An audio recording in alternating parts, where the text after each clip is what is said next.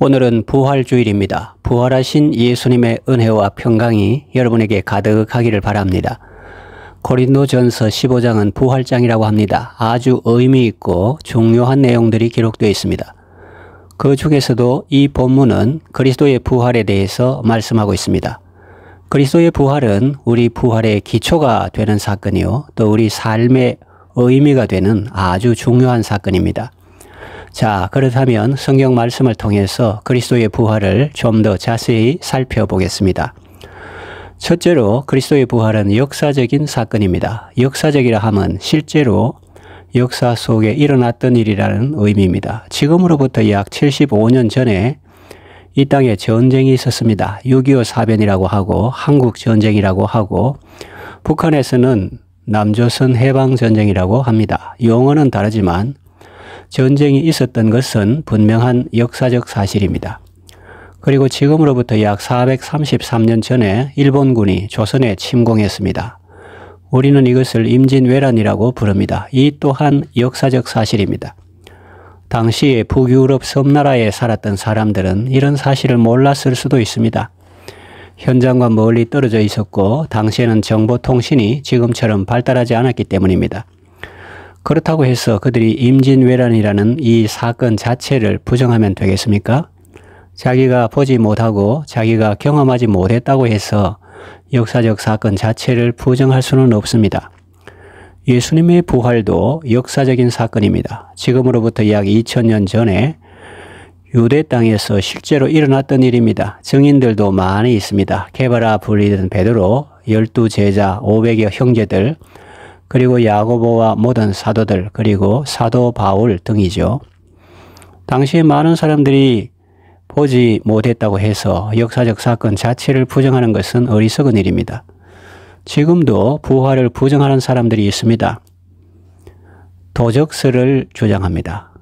그것은 제자들이 시체를 훔쳐갔기 때문에 무덤이 비어있는 것이다 라는 주장인데, 이것은 마태복음에 나오는 바와 같이 군병들이 대제사장들에게서 돈을 받고 헛소문을 퍼뜨린 것입니다.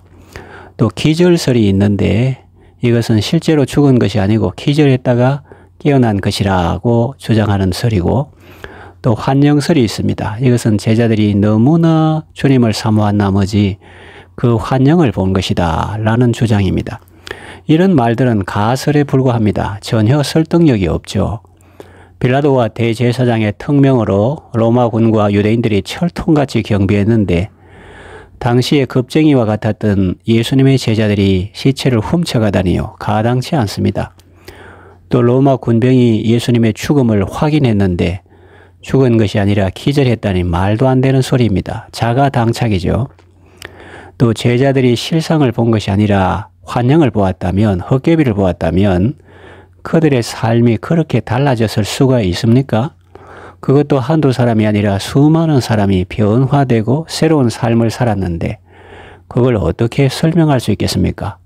밥 먹고 할 일 없으면 차라리 잠이나 잘 것이지 왜 그런 무익한 말을 해서 사람들을 미혹시키는지 참으로 안타깝습니다.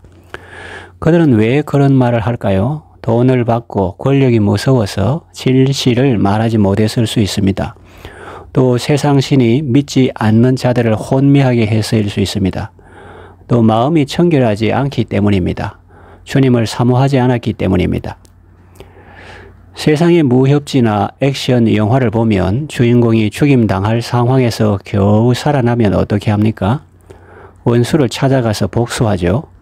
그러나 예수님은 그러지 않으십니다. 잠언 8장 17절, 나를 사랑하는 자들이 나의 사랑을 입으며 나를 간절히 찾는 자가 나를 만날 것이니라 라고 말씀했습니다.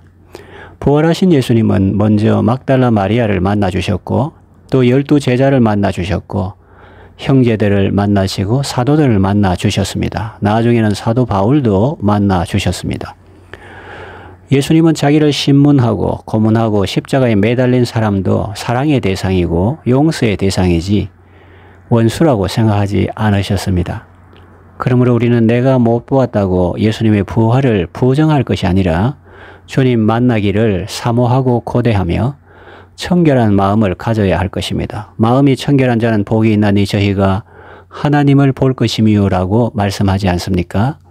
사람이 하나님을 보고 하나님을 만나고 하나님과 교제하는 것은 인생 최고의 축복입니다. 새로운 삶, 의미 있는 삶의 시작점이 되는 거죠. 그리스도의 부활은 역사적인 사건입니다. 허구가 아니라 실제입니다. 우리가 생각하고 말하고 행동하는 데 있어서 실제에 근거해서 하는 것이 얼마나 중요합니까? 제가 아는 어떤 목사님은 실제로는 한쪽 손이 없습니다. 그런데 뇌에서는 아직 그쪽 손이 있는 줄로 인식합니다. 그래서 무의식 중에 그 손이 있는 줄 알고 무엇을 짚으려고 했다가 다칠 뻔하다고 했습니다. 우리가 실제에 근거해서 행동하면 열매가 있습니다. 그러나 허구에 근거해서 행동하면 열매가 없을 뿐만 아니라 크게 다칠 수 있습니다. 군인들이 완전 군장하고 행군하죠. 수통에 물이 있습니다. 그것은 사실입니다. 실제입니다. 그런데 그것을 허구라고 생각하고 안 마시면 어떻게 될까요? 자기만 손해입니다. 갈증으로 쓰러지고 죽을 수도 있습니다. 예수님의 부활도 이와 같습니다. 역사적인 사건이라 인정하고 받아들일 때 구원받을 수 있습니다. 예수님의 부활은 허구가 아닙니다. 꾸며낸 이야기가 아닙니다. 역사의 한가운데서 일어난 아주 생생한 사건입니다. 믿음으로 구원받고 복받으시기를 바랍니다. 둘째로 예수님의 부활은 성경적인 사건입니다. 3절 말씀 성경대로 그리스도께서 우리 죄를 위하여 죽으시고 4절 성경대로 사흘 만에 다시 살아나사 그렇게 말씀하죠. 예수님의 부활은 하루아침에 우연히 일어난 일이 아닙니다. 일찍이 하나님이 계획하셨고 성경에 이미 기록되어 있었던 사건입니다. 부활 사건 자체도 놀랍지만 이 또한 놀랍지 않습니까? 성경은 예수님에 관해서 말하는 책이고 예수님은 성경을 이루신 분입니다. 이것은 우리에게 무엇을 의미합니까? 하나님이신 예수님도 성경을 존중하고 그 말씀을 이루려고 애쓰셨는데 하나님의 백성인 우리는 하나님의 말씀을 어떻게 대하고 있는지요? 그 가치와 그 권위를 어느 정도로 인정하고 있습니까? 오늘날 자칭 성령의 인도를 받는다는 사람들이 있습니다. 그런데 성경을 많이 읽지는 않는 것 같아서 참으로 안타깝습니다. 그래서 성경의 가르침에 위배되는 행동을 합니다. 신앙 윤리에 어긋나는 행동을 서슴없이 합니다. 성경 말씀에 근거하여 교훈하고 지도하면 거부하고 기분 나빠합니다. 과연 그들이 성령님의 인도를 제대로 받고 있습니까? 성령님은 하나님의 말씀과 상반되게 역사하지 않으십니다. 언제나 말씀과 함께 하십니다. 말씀을 거부하고 자기 생각대로 행동한다면 그것은 성령의 인도하심을 따르는 것이 아니라 성령을 빙자하여 귀신의 역사를 따르는 것입니다. 그 속임수에 넘어가는 것입니다. 그것은 자타를 망하게 하는 길로 가는 것입니다. 말씀과 기도는 은혜의 중요한 방편들입니다. 말씀은 기도로 인도하고 기도는 말씀으로 인도합니다. 이것이 건강한 신앙입니다. 좌로나 우로나 치우치면 안 됩니다. 성경은 읽지 않고 기도만 하면 신비주의에 빠지기 쉽습니다. 심하면 성령을 빙자하며 귀신 종노릇하게 됩니다. 또 기도는 하지 않고 성경만 많이 읽으면 율법주의에 빠지기 쉽습니다. 말씀 읽기 전에 먼저 기도하고 말씀 읽은 후에는 그 말씀을 붙들고 기도하시기를 바랍니다. 말씀과 기도가 균형 잡힌 건강하고 복된 신앙생활을 하시기를 바랍니다. 우리는 하나님이신 예수님도 성경을 존중하고 성경대로 사셨다는 말씀을 명심해야 하겠습니다. 그리고 성부 하나님도 하나님의 말씀에 근거해서 행하셨고 그대로 이루셨다는 사실을 명심하고 우리도 하나님의 말씀을 존중하고 하나님의 말씀에 순종하는 삶을 살아야 하겠습니다. 셋째로 예수님의 부활은 새 창조의 사건입니다.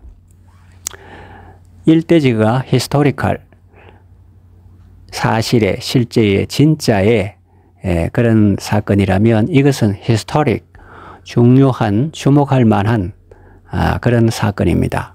아주 획기적인 사건이라는 의미입니다. 그리스도의 부활은 새 역사의 신기원이 되었습니다. 천지를 창조하신 하나님이 이제 예수 그리스도를 통해서 새 생명을 창조하셨습니다. 고린도후서 5장 17절 누구든지 그리스도 안에 있으면 새로운 피조물이라 이전 것은 지나갔으니 보라 새 것이 되었도다 라고 말씀합니다. 또 베드로전서 1장 3절에 우리 주 예수 그리스도의 아버지 하나님을 찬송하리로다. 그의 많으신 긍휼대로 예수 그리스도를 죽은 자 가운데서 부활하게 하심으로 말미암아 우리를 거듭나게 하사 산 소망이 있게 하셨습니다. 사울이라는 청년이 변했습니다. 내가 제일 잘났고 하나님 앞에 모범색이고 저런 죄인들은 세상에 살 가치가 없는 인간들이야. 모두 없애버려야 해. 그런 마음을 가지고 정의감에 불타오르던 청년이 180도 달라졌습니다. 새로운 피조물이 되었기 때문입니다. 새 사람이 되었기 때문입니다. 이제는 자세가 달라지고 말이 달라졌습니다. 자신을 만삭되지 못하여 난 자 같은 사람이라고 말합니다. 내가 제일 잘났다가 아니라 나는 참 부족한 사람이라는 겁니다. 그리고 그는 자신이 사도라 칭함받는 것을 감당치 못하겠다고 말합니다. 왜냐하면 그의 손에 피가 묻어 있기 때문입니다. 하나님의 교회를 박해하였기 때문입니다. 그러나 그는 사도가 되었습니다. 복음 전도자가 되었습니다. 여러 계시를 받았습니다. 그것도 하나님의 은혜로 된 것이라고 고백합니다. 자신이 모든 사도보다 더 많이 수고한 것도 자기가 유능하고 힘이 있어서 그런 것이 아니라 오직 자신과 함께 하신 하나님의 은혜라고 고백합니다. 이것이야말로 기적 중의 기적이요 은혜 중의 은혜 아니겠습니까? 이것이 그리스도 부활의 의미요 능력입니다. 그것은 새 창조의 아침을 여는 사건입니다. 여러분들도 부활하신 예수님의 생명과 능력 안에서 새로운 삶을 살아가시기를 바랍니다. 말씀을 정리하며 맺습니다. 그리스도의 부활은 역사적인 사건입니다. 그리고 성경적인 사건입니다. 그리고 새 창조의 사건입니다. 그리스도 예수 안에서 아름답고 건강하고 복된 삶을 살아가시기를 바랍니다.